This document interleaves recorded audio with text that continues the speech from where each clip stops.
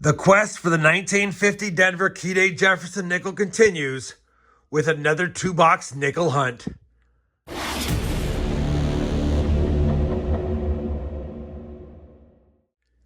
Hey everyone, it's RobFindsTreasure. Welcome back to my channel. We have a two-box nickel hunt. Obviously, we're looking for the 50D Key Date Jefferson Nickel, but we'll take the 38S or 39S for Series 3, any Buffalo nickels, any silver nickels, any varieties, proofs, or foreign nickel finds as well. I'll give you guys a look at these books at the end when we compare today's finds to them to see if we have any upgrades or additions for the albums. But for now, we're going to get right to the hunt. Both of these boxes were picked up from two different banks. They have holes in the bottom, and I could see from the holes in the bottoms, we definitely have circulated Jefferson Nickels. And I'll tell you, I chose this box first specifically because roll number 11 on the bottom seems like it could be a war nickel, so I'm hoping that it is. A war nickel is made of 35% silver, as many of you know, and it's worth a lot more than face value, typically at least $1 or more in its silver content.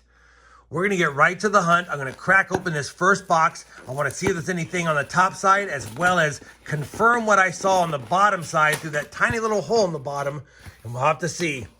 All right. I don't see anything fancy on the top side. This was the roll that I'm curious about. Let's take a quick peek if I can pull it out and see if that happens to be a war nickel on the bottom. See if I can get this showing. It's pretty tightly packed. It could be. I saw 40-something. That could be a 41. Let me see if I can confirm it, see if it's a war nickel, and I'll be right back. All right, I got the date exposed. Unfortunately, even though it has that silver look, it is a 1941. It's not a silver nickel. That's a bummer, but it's just one of the enders.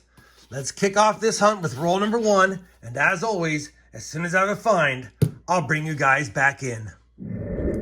Roll number 3 is going to give us our first Jefferson nickel from the 40s. It's actually going to be a 1940 on the nose from Philadelphia. Roll number 5, a second 1940 Jefferson nickel, this time from San Francisco. And while I have you here, take a look at this beautiful 1964 Philadelphia. It almost had full steps. You don't see a lot of 64 struck well since they struck so many.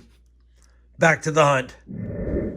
We're on roll number 9 of the hunt, and I think we're going to have a silver nickel right there. It definitely has that greenish looking edge to it. And it is 1945 Philadelphia, 35% silver. We'll definitely take that. That is a silver nickel, always identifiable by the large mint mark on the back. We thought we might have had a silver in roll 11. We got one in roll 9. And while I have you here, this one has an odd patina as well. We'll just take a quick peek at it. It's Denver minted. It's not silver. Hey, that's a 1942. Transition year with a Denver mint mark. That's actually a lower mintage. And we can check for the D over horizontal D, which I don't see, but seeing another older 42 Jefferson nickel in the box. And like I said, that's a lower mintage. I think just under 14 million of those minted. We'll take that. That's a good roll right there. A couple of good finds, and I already saw it. We also have a 1946 Philadelphia in the same roll. 3 finds in that roll, and we still have to go through the rest of it.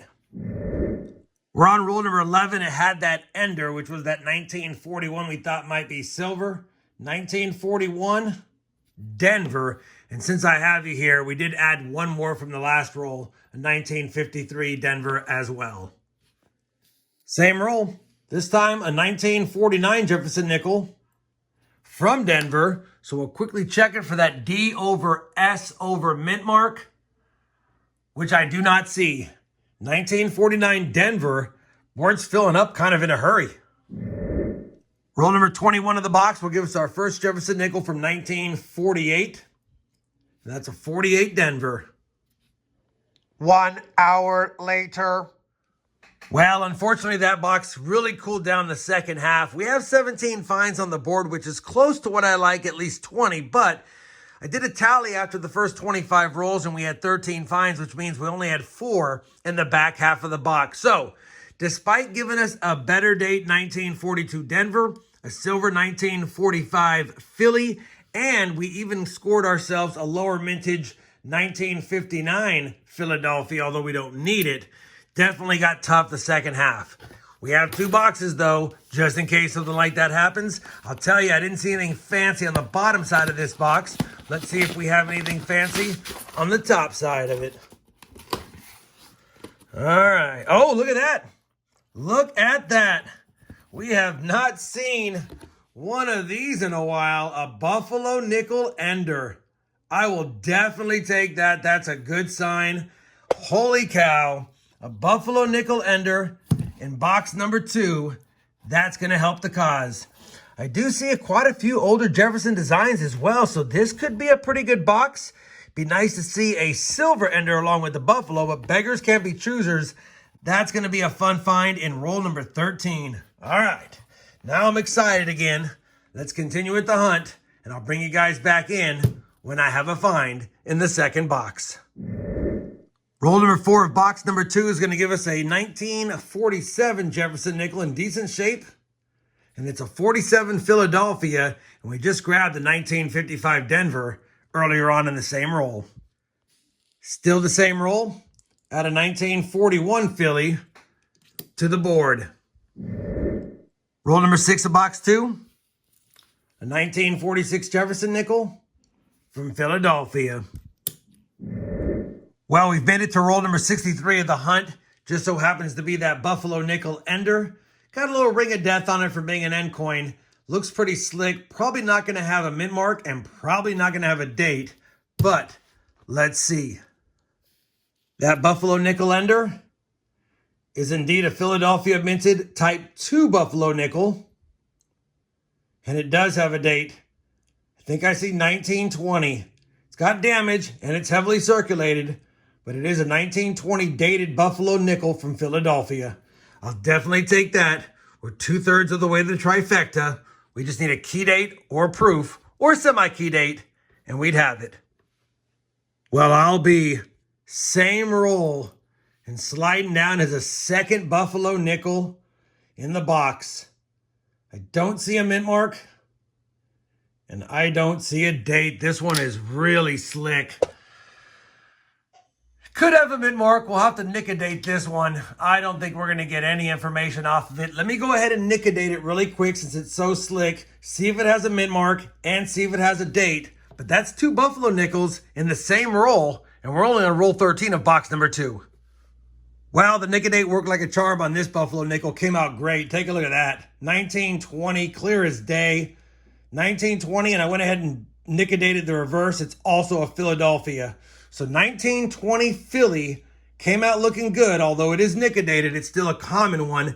And for those wondering, I do have a how to use nickadate properly on Buffalo Nickels video that I'll pin up here for you to take a peek at. Now let's see if there's more Buffalo Nickels in this box. Roll 68 of the hunt. We've got another nickel from 1941 in decent shape. 1941 Denver.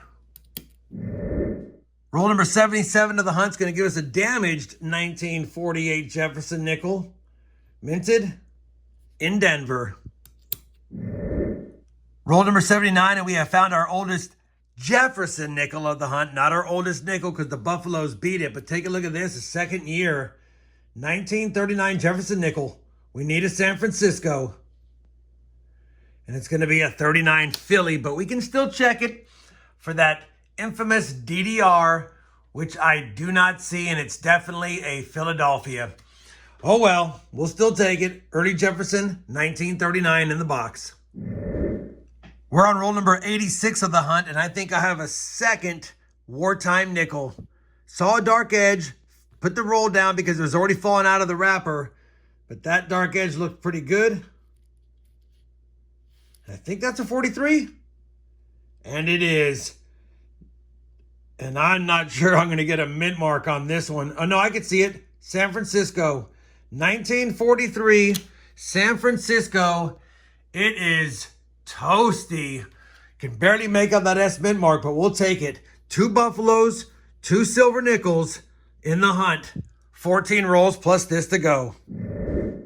Roll number 89 of the hunt, and I almost missed it because I was focused on the find I'm going to show you first. But wait till you see the second find. In the front of the roll, I was caught off guard by this really nice 1949 Jefferson nickel. And so I flattened out the roll. But first, let's look at this. 1949 Beauty. Philadelphia. I'll take it. Should be an upgrader for one of the albums, I would imagine. The reason why I bring you in, though, more importantly than that, is, like I said, I flattened out the roll and I saw a worn edge. And take a look at that. I think we have a Liberty Head V nickel right here. And we do. We don't find them often, but when I do, they're exciting. No mint mark below the first dot behind cents. So it's going to be a 1912 or earlier. What year is it? 1910. That, in my book, counts as the trifecta: Liberty Head, Buffalo Nickels, and silver. 11 rolls plus this to go. Very next roll, roll number 90 of the hunt, and we have a semi-Key Date Jefferson nickel. It's another nice nickel, 1955, and when I flipped it around, there's no mint mark. 1955 Philly is a lower mintage nickel, and this one's in nice shape, as you would expect to find the semi-key dates and key dates. Now with the 49 and this 55 and the Liberty Head V nickel in the last couple of rolls, is the box getting hotter? Let's find out. Well, we finished that second box of this 2-box hunt, and that was a dandy of a box. 22 finds, I believe, in that box, because we have 39 now on the board. So we almost made it to the 20 per box average like I like, but we had some nice finds overall. A lot of common stuff up here. Found the world's nicest 2007 Canadian nickel in circulation. Holy cow, that thing looks right off the mint. 2 nicer coins, a 64p and a 1966. We'll check those against the album. I don't think we need them, but we'll check anyway. We also got that 1939 nickel, not the San Francisco that we need for Series 3. A better date, 1942 Denver. A slightly nicer nickel, not a better date, but a 1949 Philly could be an upgrader. A nicer nickel and a better date, 1953 San Francisco. 3 lower minted 1959 Ps. I rarely ever see those, but we got 3 in a 2-box hunt, and a semi-key date in nice shape 1955 Philadelphia as well. We got 2 1920 Buffalo Nickels. One, unfortunately, I had to nickadate, but both of them are 1920 Philly. We got a couple of silver wartime nickels, a 1943 San Francisco. Won't be an upgrader. A 1945 Philly. We'll check it against the album, even though it has reverse rim dings. And then, we don't find them too often, but a 1910 Liberty Head V nickel. 39 finds, lots of goodies at the bottom.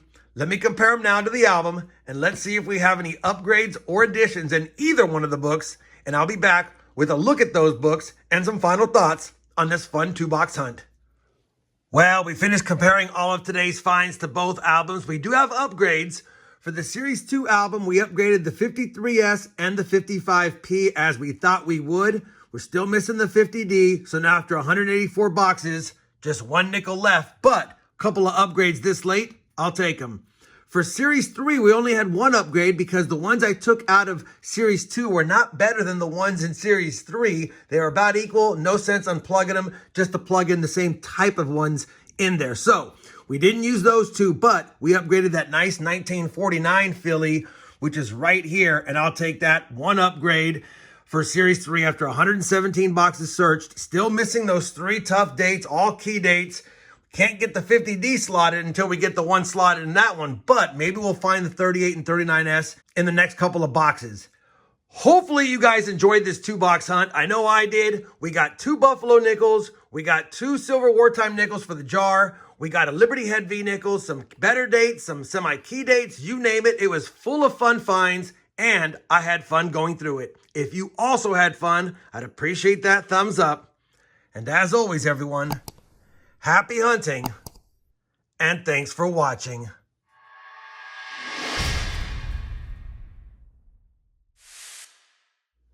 A few upgrades for the books, and a few silver coins for for the 2023 silver jar.